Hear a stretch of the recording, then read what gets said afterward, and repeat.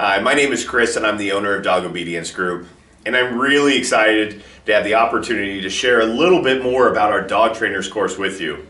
Hopefully, by watching this quick video, you'll have a better idea if this is the right program for you to take the next step in your dog training career. Now, I wanted to start off by just sharing a little bit about Dog Obedience Group, and then hopefully that can kind of help guide you into knowing better who we are and who you'll be taking and the type of people that you'll be working with while you'd go through this program. Now first, Dog Obedience Group was initially opened in 1992, so we've been around for quite a while.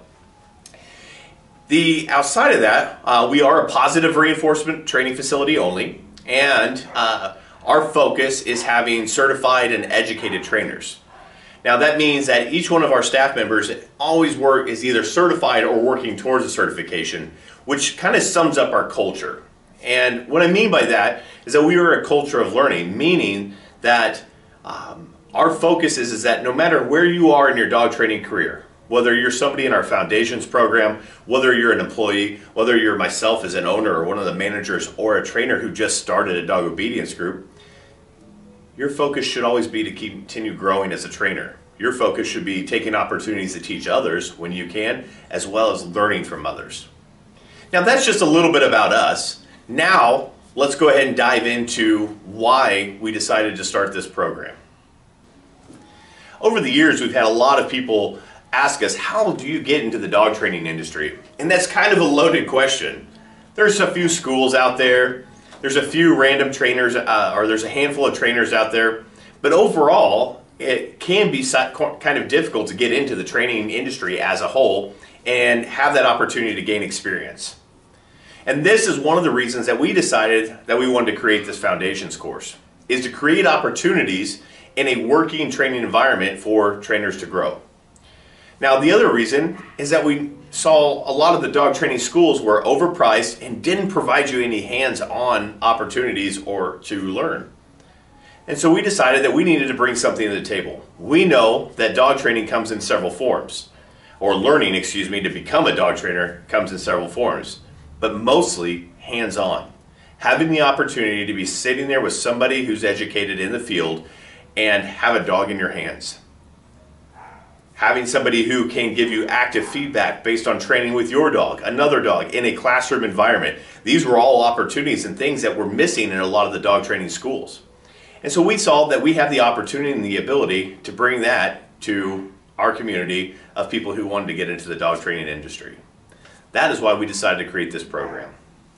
All right, now that we've covered who we are and why we created the program, let's dive just a little bit into what the program looks like. Now, this program is built to last up to 9 months, and it really shouldn't last any longer than that. Now, it doesn't mean that you can't finish the program faster than 9 months. That all is just based on your availability. But 9 months allows people who are generally working a full-time job to hopefully still get in, still accomplish the things they need to in our facility and outside of our facility successfully in a 9-month period of time. Now, we broke the programming down into quarters. Again, you can move faster than that, but the quarterly goals. Now, Q1 or quarter one is the foundations of dog training.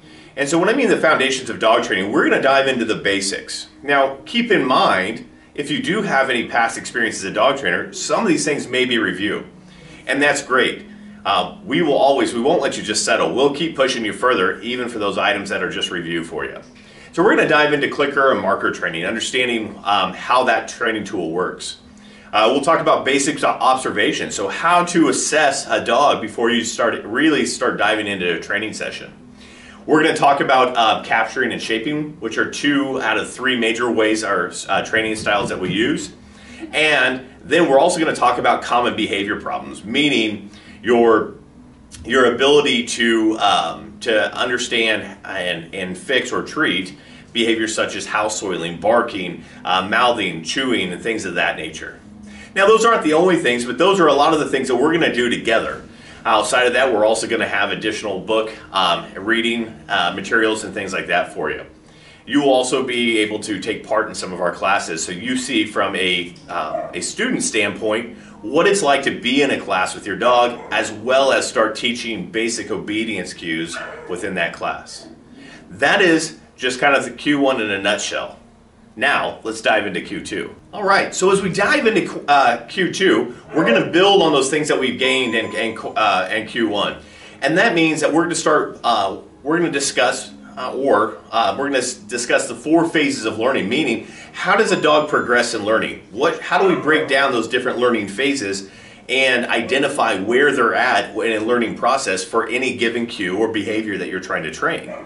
Now, 2 is going to be taking that information that you gained in Q1 and start teaching a trainer basic obedience cues. Now, we already know how to do basic obedience cues, but we also understand that dog training is not just about your ability to go out and grab a dog and teach sit, down, and stay, or any other basic obedience cue. It is the ability to translate that and communicate that clearly to the person on the other end of the leash. Now, as much as we all love working with dogs, a great part of, or a big part of dog training is working with the person on the other end of the leash. Because if they're not successful, the dog's never going to be successful. And so we put a strong focus in that all throughout the course. But in Q2, it really dives into your ability to teach and speak clearly to them. Next, we're going to start having you do a lot more hands-on work. Now, some of that hands-on work is going to be with your own dog, teaching, again, obedience cues. But not just basic obedience cues. We're going to start looking for high-end, high-performing behaviors and basic obedience, what we call a fluent behavior. Now, outside of that, you're also going to have the opportunities to start working in this facility. We'll be able to assign you dogs when you're able to stop in and work for a few hours here and there. And the goal here is that you're able to take a variety of personalities, or a variety of dog breeds, personalities, ages, and teach them basic obedience skills. Now, that may seem simple, but what we do find, and what's going to help your trainer's toolbox, is to be able to work with these dogs. Because what you're going to find is that you're going to work with young and energetic dogs. You're going to work with older dogs who are kind of aloof to new people and not necessarily wanting to learn. You'll have opportunities to find out and research, how do I find the right motivation tool for this dog? How do I work through a dog who's highly distracted by other dogs in an environment? How do I work with a dog who doesn't like treats or doesn't like toy reinforcers? We find and give you the opportunity to gain hands-on experience working with a variety of dogs, running into a lot of these problems long before you ever have to be sitting face-to-face with a client who's paying you to help them through those answers. All right. Now, along with these things, we address, you're going to have some different book material and other learning material to go right along with everything else that we just discussed. Q2, whether it sounds like it or not, is definitely going to keep you busy and engaged throughout the entire process. All right, so now let's go ahead and dive into Q3. All right, so as we dive into Q3, a couple of things we need to think about now. You should have a solid understanding of how dogs learn, the process they learn, multiple ways to teach a variety of obedience cues, how to handle basic and the most common behavioral problems. You should have gotten your hands dirty with a variety of dogs in training, so your hands-on experience should be getting better and better. And now you're ready to take it a step further. Now, here is where we're going to dive into teaching others and advanced obedience. Now, teaching others, again, like we talked about in the Q2 stuff, is that teaching others is the key to a successful dog trainer. The better that you are at guiding a variety of personality traits to be able to communicate and help their dog, the better of a trainer you're going to be, the more successful that you're going to be. Because that is the hardest part about dog training for most dog trainers, is taking that communication, that knowledge that you have gained and worked so hard to obtain, and translating that over to somebody who doesn't necessarily have the same passion as you. They love their dogs, but they're not necessarily wanting to be a dog trainer. But unfortunately, most people can't afford to pay us to be at their house each and every day, so we have to have the ability to teach them, motivate them, and help them find success. So we'll have some great opportunities for you to learn to teach others, and some education on good ways that help people become very successful, even the clients who are having a very difficult time. Now, on top of this, we also start working on having you start working in group classes, meaning that we're going to have you start teaching in a group class setting. The reason that we're going to have you start teaching in a group class setting is so that your public speaking continues to improve, and it's learning classroom management. Now, when I say classroom management, that's the ability to work with a variety of clients at once and manage a variety of issues, concerns, questions, and things that will pop up.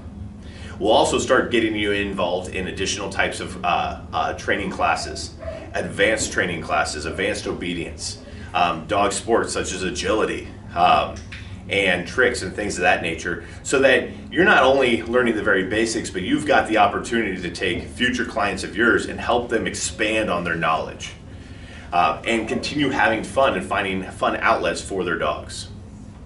Now, last but not least, is one of my favorites, and that is where we're going to teach you and educate you and challenge you, invite you to work with another species, utilizing the same exact skills that we've given you here at Dog Obedience Group. Now, the reason we do that is that the learning process or learning theory is the same across the board. And taking that knowledge that you have and learning how to apply it with another species not only is something thrilling and exciting for every single trainer that we've ever worked with, but it also helps you grow as a trainer and truly understand the fundamentals of learning theory with dogs. Now, this quarter is not only going to be filled with that, but we'll also have reading materials and other things just like in the past. We know that you will enjoy these third quarter items just as much, if not more, than the knowledge you already gained in the first two quarters. And we look forward to diving into it. So now let's get ready to kind of sum it up and break it all down into a couple of key things that you need to take away to help you make your decision. Now that we've covered each and every piece of this program, I want to recap and better help you understand just kind of the styles of learning that you should expect.